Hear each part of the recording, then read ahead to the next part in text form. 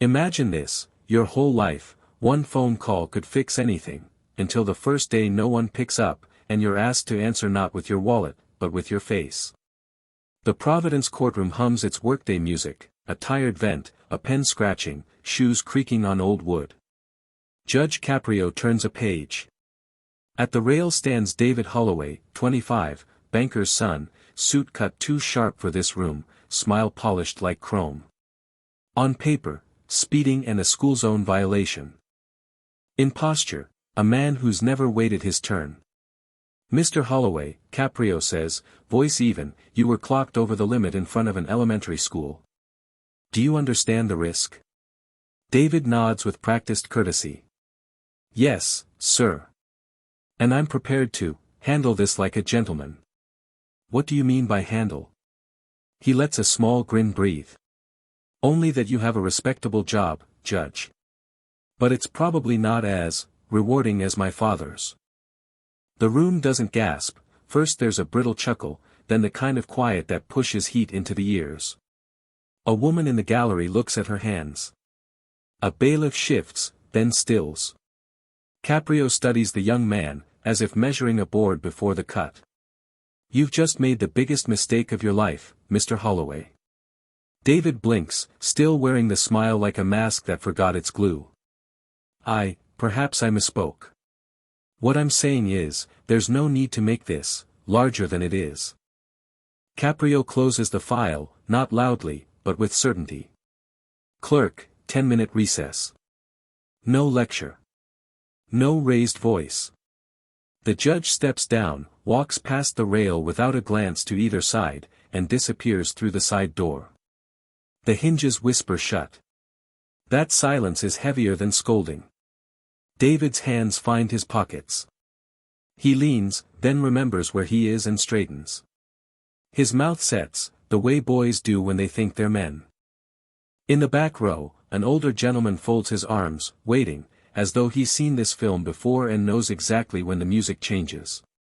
A minute stretches into 5. You can hear the fluorescent ballast hum. David checks his phone, then tucks it away. The confidence looks lonely without a chorus. When Caprio returns, he doesn't sit right away.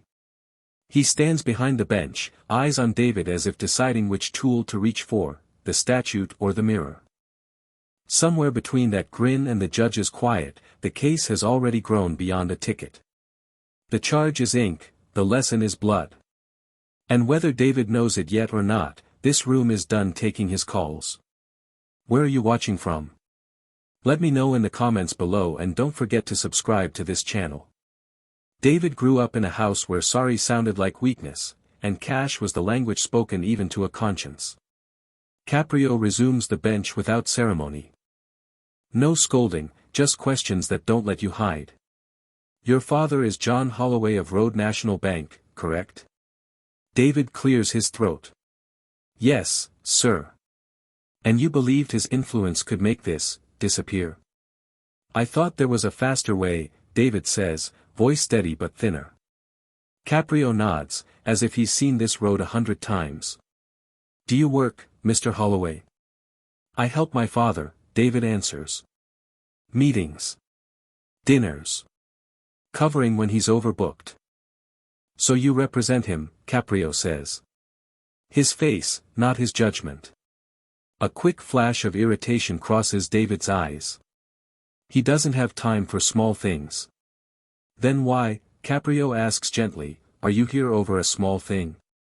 A ripple moves through the gallery, soft, human.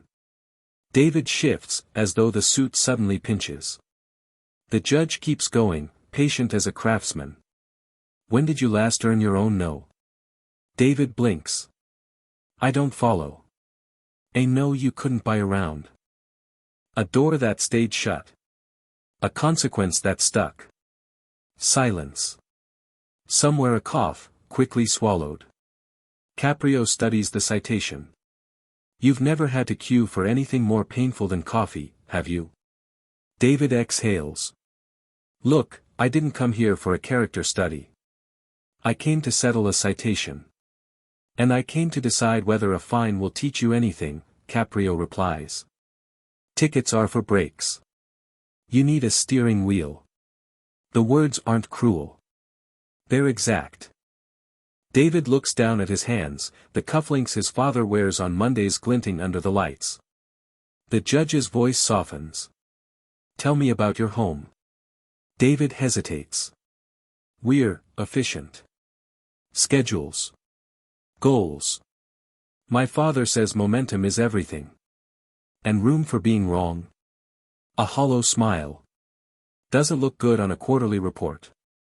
Caprio nods once. So you learned that appearance outranks truth. That speed outruns care. That money solves friction. I learned to keep up, David says, quieter now. To fix things before they become problems. Except, Caprio says, people aren't problems. They're the reason rules exist. A long breath leaves the young man, as if he's been holding it for years. Here's what I see, the judge continues. You're not malicious. You're rehearsed. You think efficiency and decency are competitors. They aren't. David swallows. What would you have me do? Quit being my father's son. No, Caprio says. Start being your own man. The bench creaks as the judge leans back. One more question. When you offered to handle it like a gentleman, what did that mean? David's answer arrives late. It meant I could make it go away. Caprio inclines his head. A gentleman doesn't make things go away. He shows up for what he did. The room holds still around that line. It's not a blow, it's a key turning. Here is my concern, Mr. Holloway, Caprio says, tapping the file once. If I take your money, I confirm the lesson you were born into.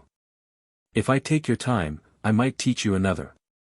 David meets the judge's eyes for the first time without armor. I hear you. Good, Caprio replies. Because next, I'm going to ask you something your father never had to answer. The clerk's pen hovers. The gallery leans in. And the young man who never heard no waits for the first question that might change the shape of his life.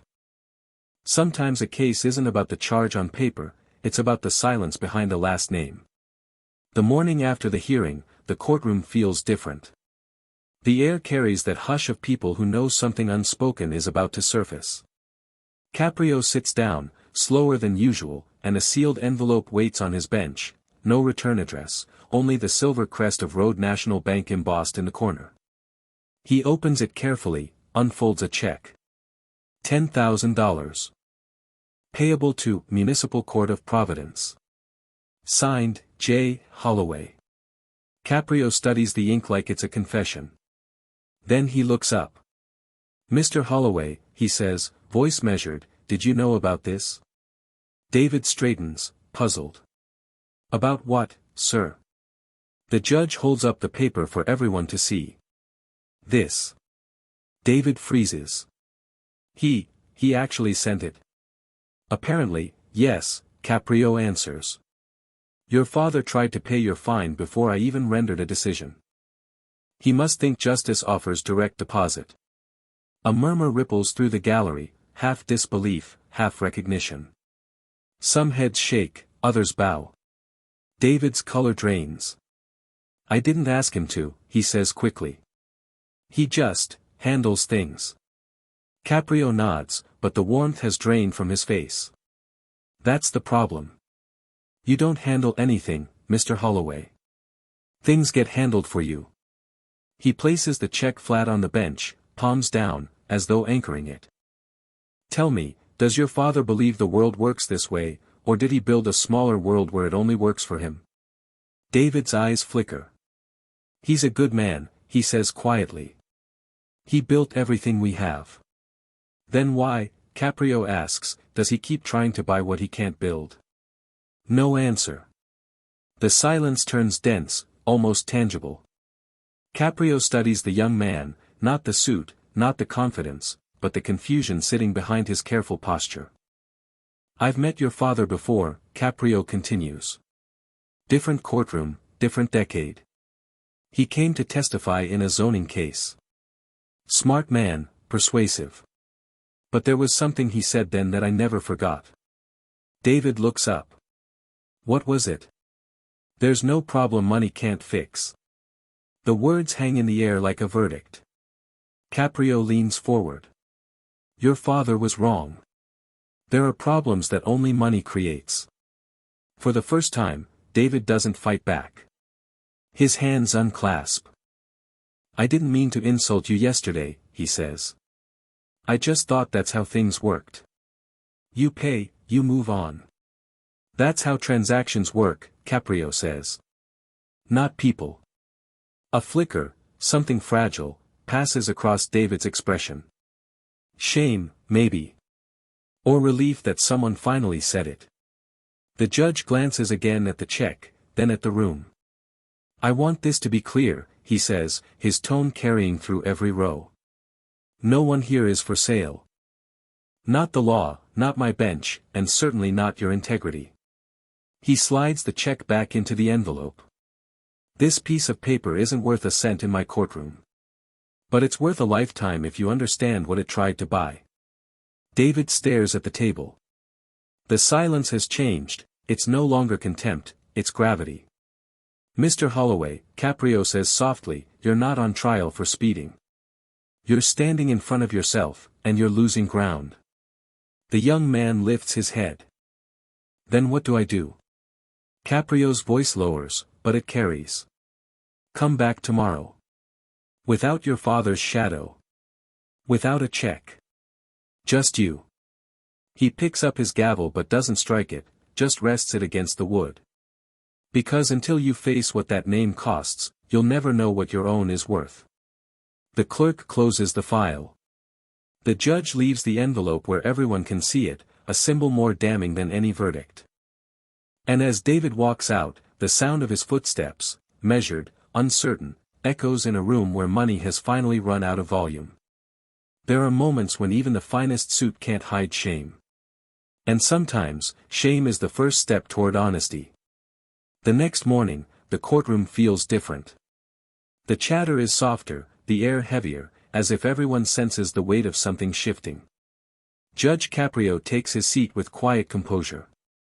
When the doors open, David Holloway enters, not in his tailored suit, not with his father's lawyer, not with the glint of entitlement in his eyes. Just a young man in a plain white shirt, sleeves rolled, no armor left to wear. Caprio studies him for a long moment before speaking. Are you ready to tell the truth today, Mr. Holloway? David nods. Yes, sir.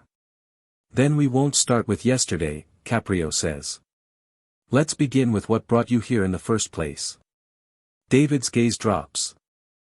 His voice is lower now, stripped of its polish. My father always said, if you can't buy a man, buy his time. I grew up believing that.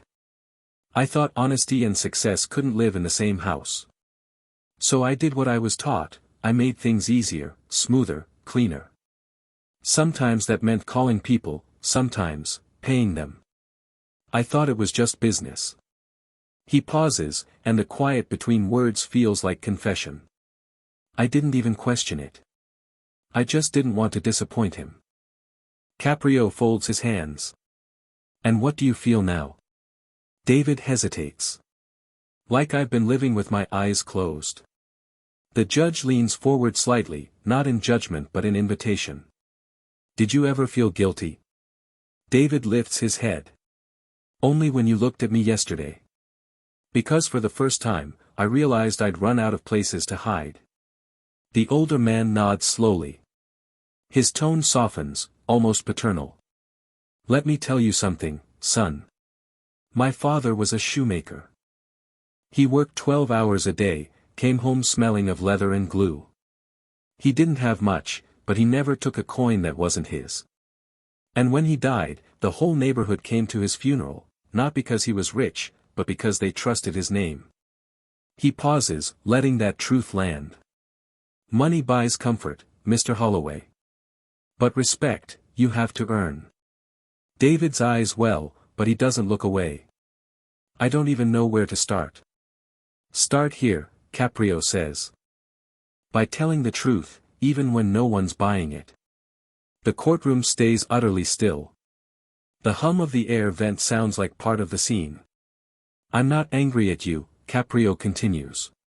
You didn't create this system, you just inherited its blindness. But inheritance isn't destiny. You can end it right now. David's jaw tightens. You really think that's possible?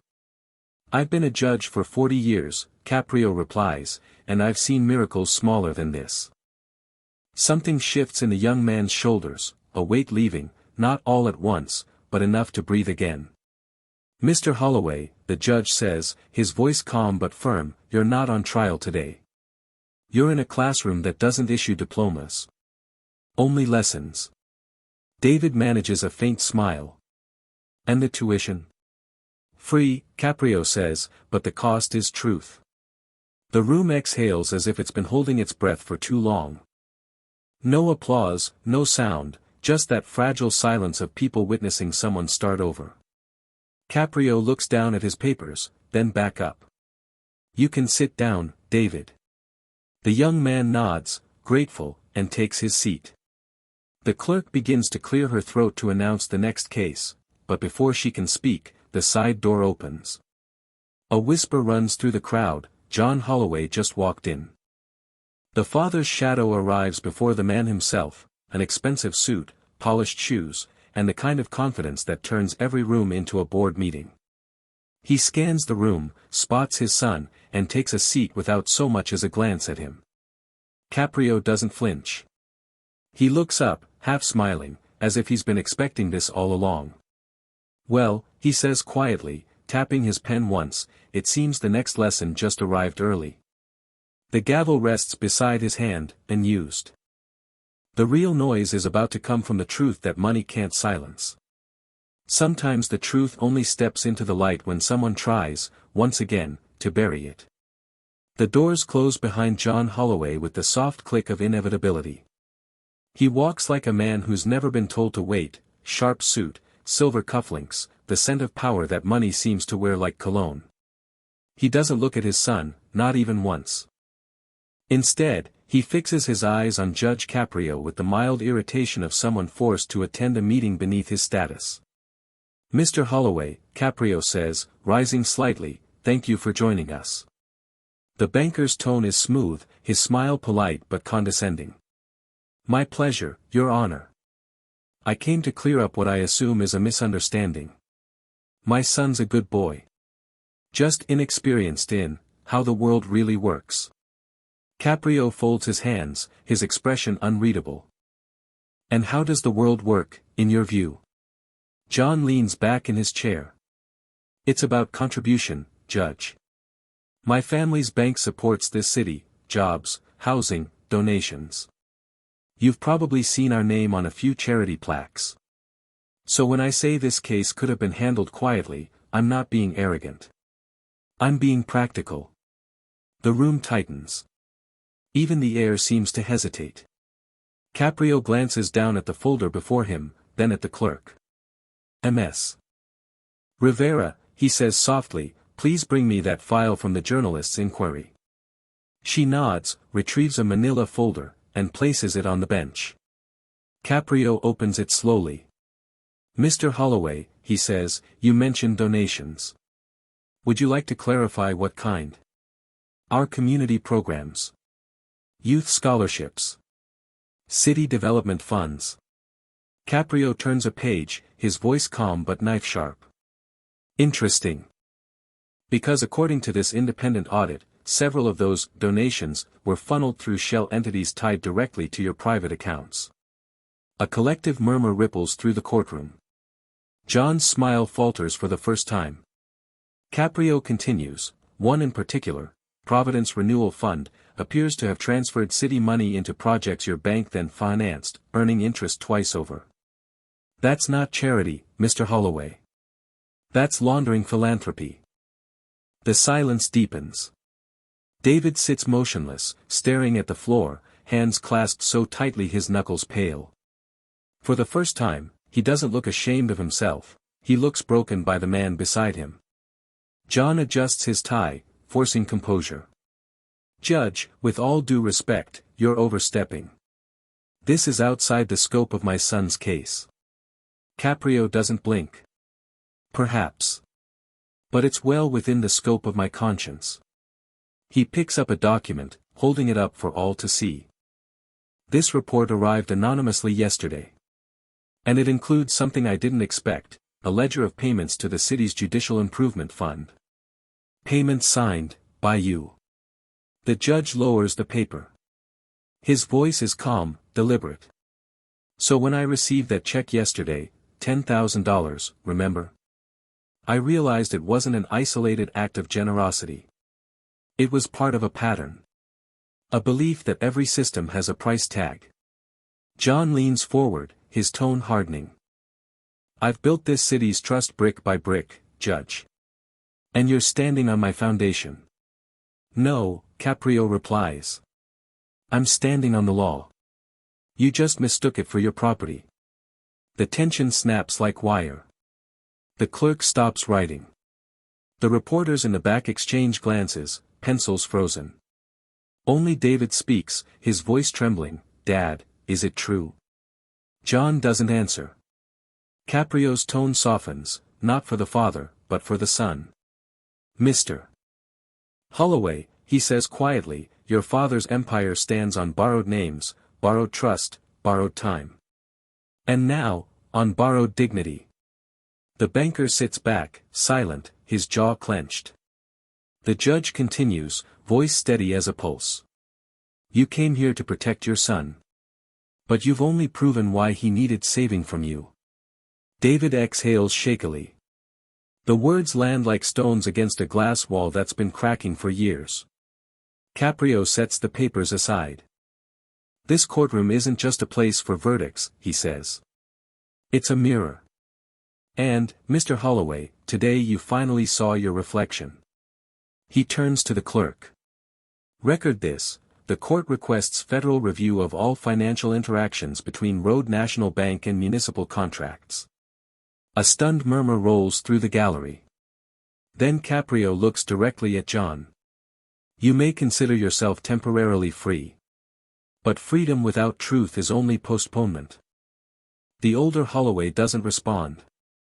He only straightens his tie again, a gesture of habit, not strength. Caprio shifts his gaze to David. You still have a choice, he says. You can keep carrying your father's name. Or you can start rebuilding your own. David's voice breaks, but it's clear. I think I already made that choice, sir. The judge nods, the faintest smile forming at the corner of his mouth. Then perhaps there's still one Holloway worth saving. The gavel doesn't fall yet. It just waits, suspended in the charged air, as father and son sit in a silence that money can no longer buy. There are truths that don't make headlines, but they change everything anyway. The courtroom is full again, yet quieter than ever. The buzz of reporters has faded into a kind of collective restraint, as if even they understand that what's happening isn't about scandal, it's about consequence. Judge Caprio sits alone at the bench, a cup of coffee cooling beside him, papers stacked neatly in front. David Holloway stands before him. No lawyers. No father. Just him. His suit is gone again, replaced by a simple gray shirt. The arrogance that once filled his posture has vanished, leaving something humbler, but stronger. Caprio looks up. Mr. Holloway, he says softly, your father won't be joining us. David shakes his head. He said I was making a mistake coming back. And what do you say? I think, it's the first thing I've ever done right. Caprio nods once, approvingly. Then his voice carries, calm and resonant. This court reconvenes not to punish, but to conclude. Over the last 2 days, we've seen what money can buy, and what it can't. We've seen what happens when a name becomes heavier than the person who bears it. He glances briefly toward the door, as though expecting the father to appear, but no one enters. Mr. Holloway, your case began as a traffic violation. But it became something larger, a lesson written in real time. David exhales. I didn't mean for it to go this far. That's the irony, Caprio says. The truth rarely asks permission before arriving. The judge pauses, then gestures toward the clerk. Before I announce judgment, I want to ask you something, not as a defendant, but as a man. What will you do now? David's answer comes quietly, but with conviction. I'm going to work. Not at the bank. Not for him. There's a non-profit near Federal Hill, helps veterans get housing. They said they could use someone who understands finance. Caprio smiles faintly. You'll find that honest numbers weigh less on the soul. The gallery murmurs softly. Even the reporters lower their pens. Then, Caprio continues, here's my decision. He straightens the papers, though he hardly needs them. Your fine is dismissed. Your punishment, already served. David frowns. Served? Yes. You faced yourself. That's a sentence most men never finish. For a moment, neither of them speaks. Caprio then adds, quieter now, for him alone. You broke a pattern older than you. That's justice, too. David nods, his throat tight. Thank you, sir. For not giving up on me. I didn't do it for you, Caprio replies gently. I did it because someone once didn't give up on me. He raises the gavel, but before he brings it down, his voice grows firm, almost ceremonial. Let this case stand as reminder, integrity is not inherited. It's chosen, over and over, even when no one's watching. The gavel falls once. Sharp. Final. The courtroom doesn't applaud, but the silence is richer than sound. Caprio gathers his notes, nods to the clerk, and steps down from the bench. David remains standing for a moment, uncertain what to do with his hands, with himself. Then he turns toward the exit. Outside, the morning light catches on the courthouse steps. A reporter calls after him, Mr. Holloway. Do you have any regrets? He stops. Thinks for a long second. Then looks straight into the camera. Yeah, he says. That it took a stranger to teach me who I am. He walks away, no entourage, no shadow trailing him. Just a man, lighter than when he arrived. And inside, Judge Caprio sits back down at his desk, staring at the empty space where the father once stood. He closes the last file, exhales, and murmurs to no one in particular. Justice isn't about who pays. It's about who changes. The sound of the door closing behind David is the final punctuation, a quiet, human kind of victory.